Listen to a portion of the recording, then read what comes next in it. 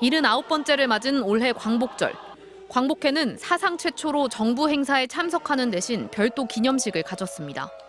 뉴라이트 역사관으로 논란이 된 김형석 독립기념관장 임명에 항의하는 의미였습니다. 기념식에서 축사를 맡은 항일 의병장의 후손 김감년 전 독립기념관 이사는 현 정부의 뉴라이트 인사 등용을 비판했습니다.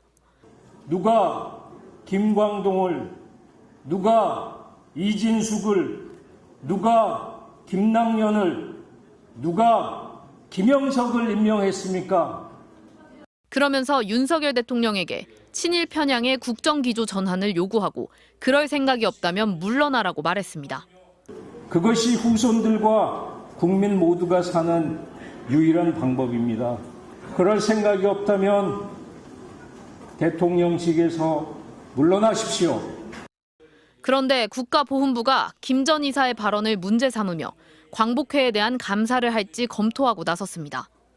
광복회는 연간 32억 원의 정부 지원금을 받는 단체라며 국가유공자 단체법과 내부 정관에 따르면 정치적 활동을 할 수 없게 돼 있는데 이를 위반했을 수 있다는 겁니다.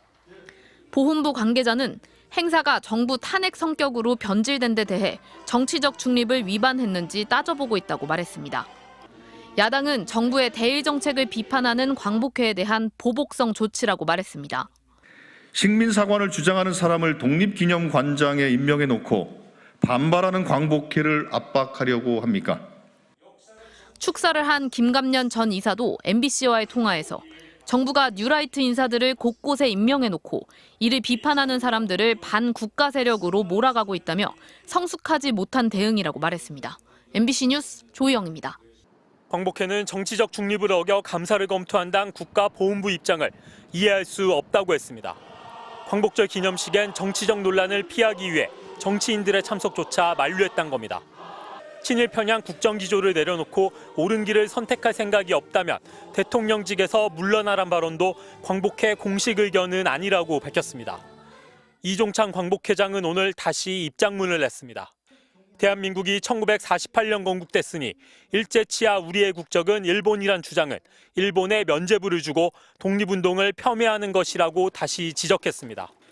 윤석열 정부의 대일 정책을 의심하지 않을 수 없다고 했습니다. 정부에서도 새로운 그 대일 정책이랄까 방향이랄까 이런 거에 아마 무엇이 이렇게 이루어지리라고 생각하는데 일진회 같은 사람들이 얘기를 하면은 누가 믿겠어요? 일진회는 구한말 일본과의 합방을 주장했던 대표적인 친일단체입니다. 일본 덕에 잘 살게 됐다는 식민지 근대화론을 주장하는 친일적 인사들을 정부가 잇따라 역사기관의 수장에 임명한 것을 지적하며 일진회 같은 인사들을 청산하라고 했습니다. 번번이 국민 저항에 부딪혀 무산됐던 친일 국정교과서를 만들려는 음모도 윤석열 정부에서 다시 꿈틀거리고 있다고 경고했습니다. 전후 일본의 와 이웃을 잘 지내는 것으로 인해서 이 전전 일본을 갖다 포기하는 것은 이건 자칫 잘못하면은 일본에게 비유를 맞추는 결과가 됩니다. 이 회장은 이스라엘 홀로코스트 박물관에 새겨진 용서하자, 그러나 과거는 잊지 말잔 말을 우리도 할 수 있길 바란다고 했습니다. 그러려면 우리가 도덕적 우위를 갖고 전범 일본을 용서할 수 있어야 한다고 말했습니다. 일본 극우 세력의 논리를 추종하는 듯한 정부의 행태는 오히려 한일 관계를 방해한다는 겁니다. MBC 뉴스 이덕영입니다.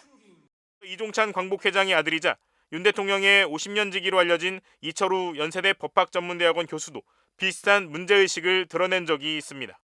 이 교수는 동아일보와의 인터뷰에서 대통령 주위에서 이상한 역사의식을 부추기는 사람들이 있지 않나 하는 의문을 가지게 된다고 지적했습니다. 이 교수는 대통령에게 중도 민심을 잃지 말라는 취지의 메시지를 보냈지만 답을 받지 못했다며 그래서 대통령 주위 사람들에게 중도 민심을 잃으면 곤란하지 않느냐고 했더니 콘크리트 지지층을 확보해야 중도로 확장할 수 있는 것 아니냐는 답을 들었다고 전했습니다. 대선 당시 윤 대통령을 지지한 것으로 알려진 이 교수는 최근의 양상에 대해 어리둥절한 상황이라며 대통령에 대한 지지자의 스펙트럼이 굉장히 넓었는데 좁아져 매우 아쉽다고도 평가했습니다. 윤 대통령이 지목한 반국가 세력과 관련해 대통령실 관계자는 특정 단체를 겨냥한 게 아니라면서 북한의 위협에 맞서 헌법 수호 의지를 강조하기 위한 취지라고 설명했습니다.